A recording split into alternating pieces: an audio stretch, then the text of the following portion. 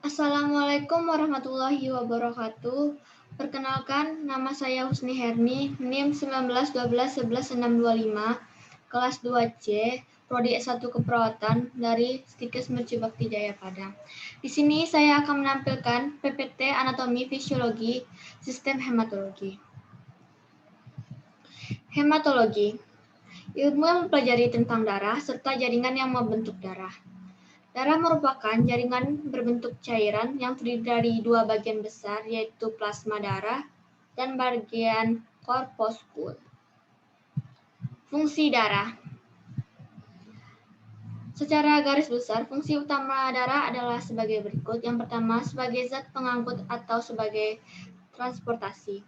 Fungsi darah ialah sebagai pengangkut semua macam jenis zat kimia seperti hasil buangan, metabolisme, oksigen, karbon dioksida, dan serta juga hormon. Yang kedua, menjaga sistem kekebalan tubuh atau sebagai proteksi. Fungsi darah sebagai sistem kekebalan tubuh ialah karena darah akan menyuplai jaringan yang terdapat dalam tubuh dengan berbagai macam jenis nutrisi, mengangkut sisa-sisa dari zat-zat metabolisme, dan juga darah memiliki kandungan berbagai bahan-bahan penyusun sistem imun sehingga mampu untuk mempertahankan tubuh dari serangan seperti virus dan bakteri. Yang ketiga, menjaga keseimbangan tubuh atau sebagai regulasi. Darah dapat membantu dalam menjaga keseimbangan tubuh. Contohnya, darah akan dapat membuat suhu tubuh tetap terjaga. Komponen darah. Darah terdiri atas dua komponen utama, yaitu plasma darah dan butir-butir darah.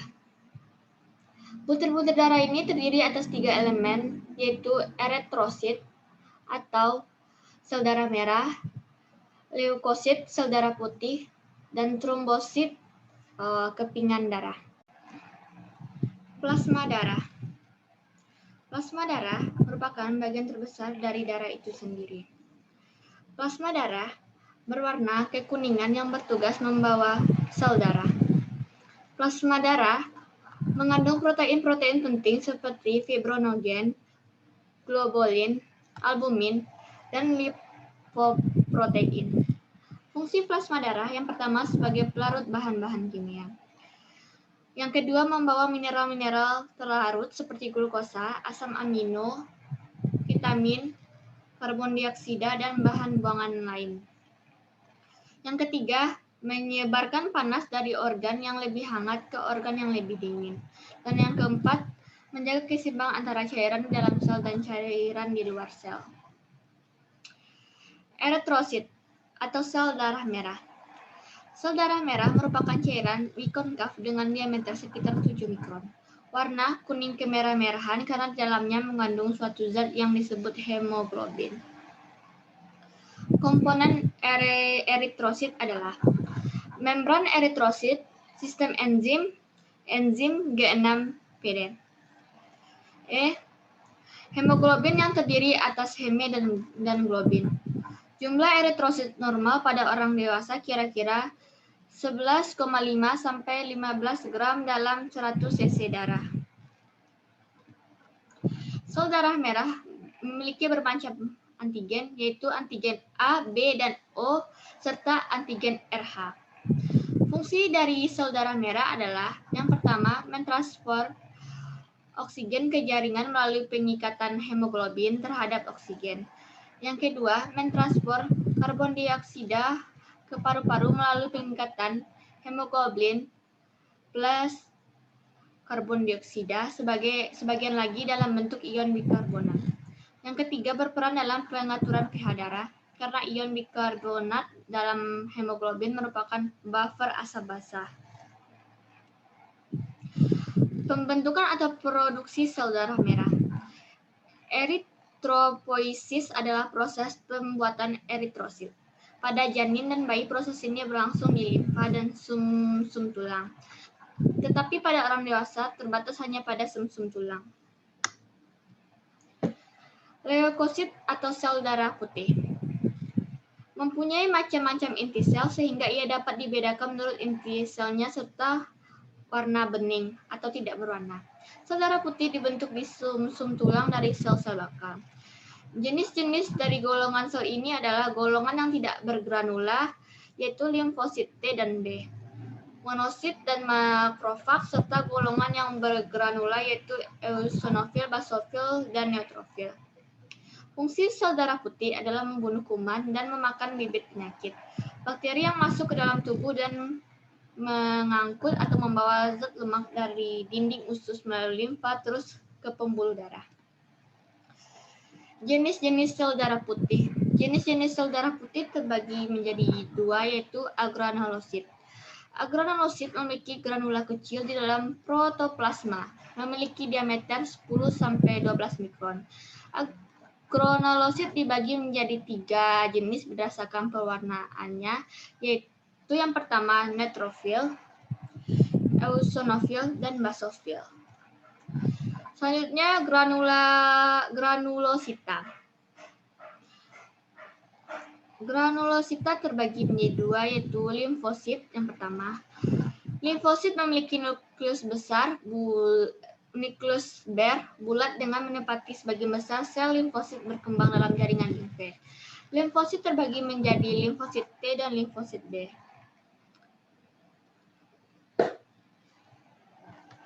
Monosit dibentuk dalam bentuk imatur dan mengalami proses pematangan menjadi makrofag setelah masuk ke jaringan. Fungsinya sebagai fagosit, mencerna sel-sel rusak atau mati, memberi perlawanan imunologis terhadap penyebab penyakit. Jumlahnya 34% dari total komponen yang ada di sel darah putih. Selanjutnya yaitu trombosit atau keping darah.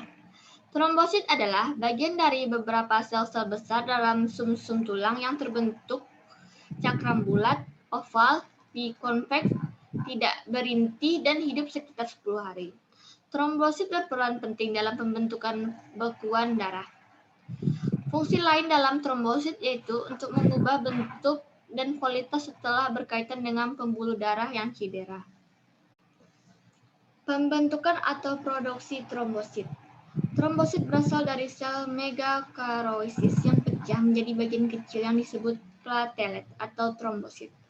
Megakariosit berasal dari sel-sel myeloblas yang juga merupakan induk sel leukosit. Selanjutnya kita ke pembekuan darah. Pembekuan darah adalah proses di mana komponen cairan darah ditransformasi menjadi material semi-solid yang dinamakan bekuan darah. Bekuan darah tersusun terutama oleh sel-sel darah yang terperangkap dalam jaringan-jaringan fibrin. Pembekuan darah dibagi menjadi 3 stadium, yaitu stadium 1, stadium 2, dan stadium 3. Gangguan pada sistem darah. Gangguan pada sistem darah yaitu ada penyakit anemia, leukemia, dan hemofilia. Penyakit anemia menyebabkan berkurangnya jumlah sel darah merah atau jumlah hemoglobin sel darah merah hingga di bawah normal sehingga darah tidak dapat mengangkut oksigen dalam jumlah yang diperlukan tubuh. Penyakit tersebut dapat disebabkan dari peredaran darah hebat seperti akibat kecelakaan, berkurangnya pembentukan sel darah merah, dan meningkatnya penghancuran sel darah merah. Leukemia adalah kanker sel darah. Penyakit tersebut disebabkan oleh pertumbuhan sel-sel darah putih yang tidak terkendali. Selanjutnya, hemofilia. Hemofilia adalah penyakit yang bersifat menurun atau penyakit genetik. Maksudnya dapat diturunkan pada keturunannya. Penderita penyakit ini tidak dapat menghentikan pendarahan akibat luka karena darahnya susah membeku. Untuk pengobatan penderita hemofilia, sepertinya agak sulit dilakukan karena penyakit ini adalah penyakit keturunan. Sekian hasil materi tentang anatomi, fisiologi, sistem hematologi dari saya. Jika ada salah kata, mohon dimaafkan. Assalamualaikum warahmatullahi wabarakatuh.